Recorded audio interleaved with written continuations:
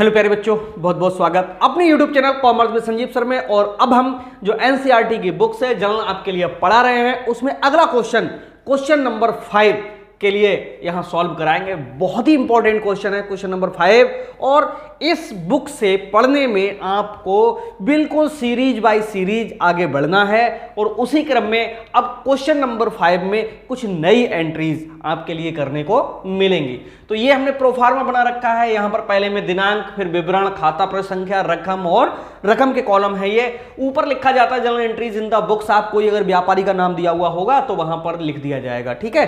हिंदी में भी यहां लिख सकते हो कि कोई व्यापारी का नाम दिया हुआ है, जैसे राम की पुस्तकों में जनरल प्रविष्टियां, तो यहां लिख सकते हो राम की पुस्तकों में जनरल प्रविष्टियां, ठीक है। तो इस तरह से कोई फर्क नहीं पड़ता है ऊपर आपने नाम डाला है या नहीं डाला। अगर उसमें पेपर में अगर नाम आए किसी व्यापारी का तो डाल देंगे इसी के आगे, और ना आए तो नहीं डालेंगे, ठीक है। और हिंदी मीडियम से पढ़ाई कर रहे हो तो हिंदी और इंग्लिश दोनों में से किसी भी लैंग्वेज में सॉल्व आप कर सकते हो।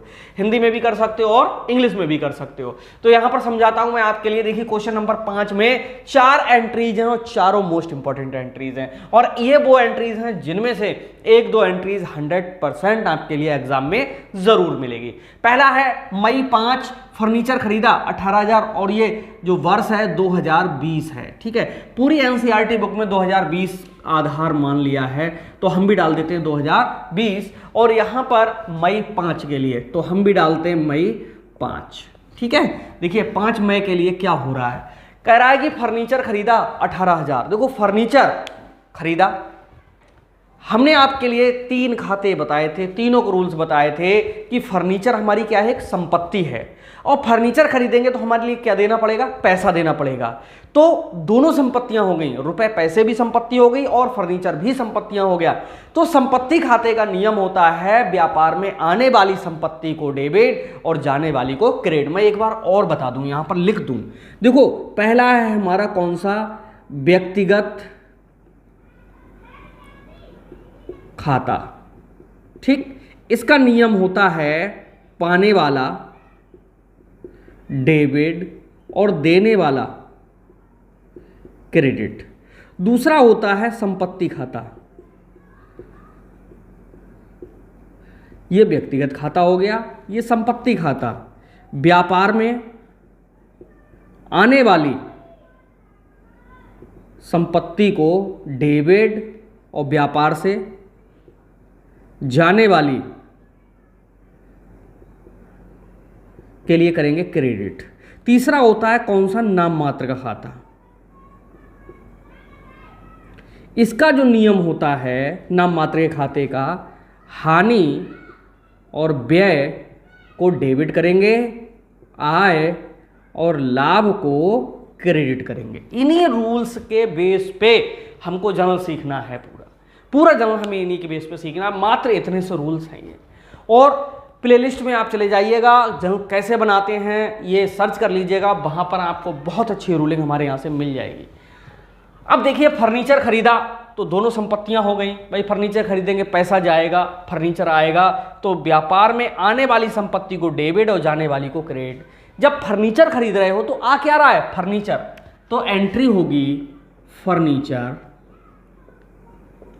खाता ऋणी यानी डेबिट, और इसके बदले क्या देना पड़ेगा, रोकड़। तो रोकड़ खाते का, यहां पर लिखेंगे नकद फर्नीचर खरीदा। आप जानते हो क्योंकि इस एंट्री में कुछ बताया ही नहीं कि नकद खरीदा या उधार खरीदा। उधार खरीदा होता तो किसी का नाम दिया हुआ होता और लिखा होता, ठीक है। तो इसलिए 18,000 रुपये यहां पर डाल दीजिए और 18,000 रुपये यहां पर डाल दीजिए, बात खत्म हो गई। अगली एंट्री देखिए, बिल्कुल इससे और आगे की है जो कंफ्यूजन आपका दूर करेगी। गोपाल से फर्नीचर खरीदा, नगद है या उधार है, उधार हो गया। क्यों उधार हो गया, क्योंकि गोपाल से फर्नीचर खरीदा, नगद खरीदते तो गोपाल के नाम की जरूरत ही क्या थी, सीधे होता फर्नीचर खरीदा, जैसे कि पहली एंट्री है। इसी तरह से इनको आपको पहचानना है और लेखा करना है। अब 2 इसमें लोग हो रहे हैं, एक तो गोपाल और दूसरा कौन, फर्नीचर। दोहरा लेखा प्रणाली का हम यूज कर रहे हैं, ये समझना होगा, पकड़ना होगा किसे डेबिट करना किसे क्रेडिट करना। फर्नीचर खरीदा है तो जाहिर सी बात हमें क्या मिलेगा, फर्नीचर मिलेगा। तो एक चीज़ तो कन्फर्म हो गई, क्या? फर्नीचर, खाता, फिर से ऋणी। और देखो व्यक्तिगत है, गोपाल व्यक्ति है, व्यक्तिगत खाते का नियम है देने वाले को क्रेडिट करते हैं। तो यहाँ पर लिखेंगे गोपाल का, यहाँ पर लिखेंगे उधार फर्नीचर खरीदा। अब आप सोचोगे इसमें कहीं पर भी ये लिखा ही नहीं है कि उधार है या नगद है। यही तो समझना है, यही पहचानना है।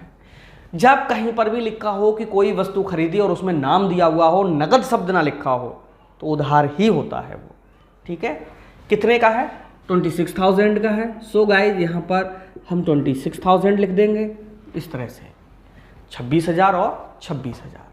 अगली एंट्री है पुरानी मशीन बेची, नगद बेची, उधार बेची, किसी का नाम ही नहीं है तो नगदी बेची। जब मशीन बेचोगे तो क्या आएगा? पैसा। अभी फर्नीचर आ रहा था तो फर्नीचर खाता ऋणी किया था, अब पैसा आ रहा है तो यहाँ पर मई 17 डाल दें और यहाँ पर मई 18 है। पैसा आ रहा है तो पैसे को कहते हैं हिंदी में रोकड़ खाता ऋणी। जा क्या रहा है? मशीन जा रही। मशीन बेचोगे तो क्या जाएगी? मशीन चली जाएगी, यानी मशीनरी खाते का। यहाँ पर ब्रैकेट में लिखेंगे पुरानी मशीन बेची। ठीक है, लाइन खींच दीजिए। कितने की बेची? 7,000 की। यहाँ डाल दीजिए 7,000 और यहाँ डाल दीजिएगा कितने? 7,000। उम्मीद है ये समझ में आया होगा। फर्नीचर आ रहा था तो फर्नीचर डेबिट, और कैश जा रहा था तो कैश यानी रोकड़ क्रेडिट हुई थी। ये देखो रोकड़ खाते का।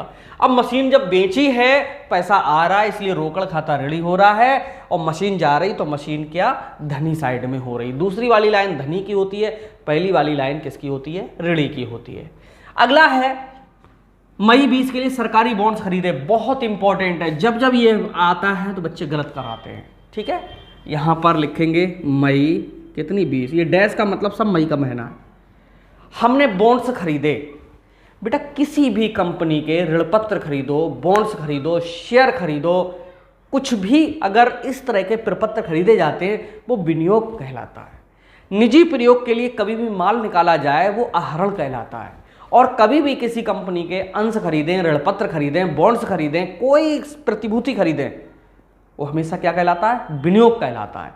विनियोग का मतलब है कि इतना पैसा हम अपना कहीं पर इन्वेस्ट कर रहे हैं।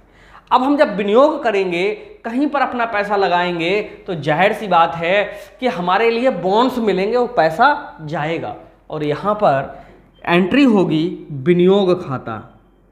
विनियोग हमारी संपत्ति होती है। विनियोग खाता डेबिट, और किसका? रोकड़ खाते का, क्योंकि हमें पैसा देना पड़ेगा रोकड़ खाते का। यहाँ पर अब लिखोगे सरकारी बॉन्ड्स खरीदे। ठीक, नीचे लाइन खींच देंगे। कितने के खरीदे? 10,000 के, और यहाँ पर भी 10,000 के। इस तरह से ये पूरा न्यूमेरिकल आपका सॉल्व हो गया। लास्ट में दोनों का क्या लगा देते हैं? टोटल लगा देते हैं। ठीक है, दोनों का टोटल मार्क इसमें लिख देंगे, जो कि आएगा 61,000। यहाँ पर भी 61,000।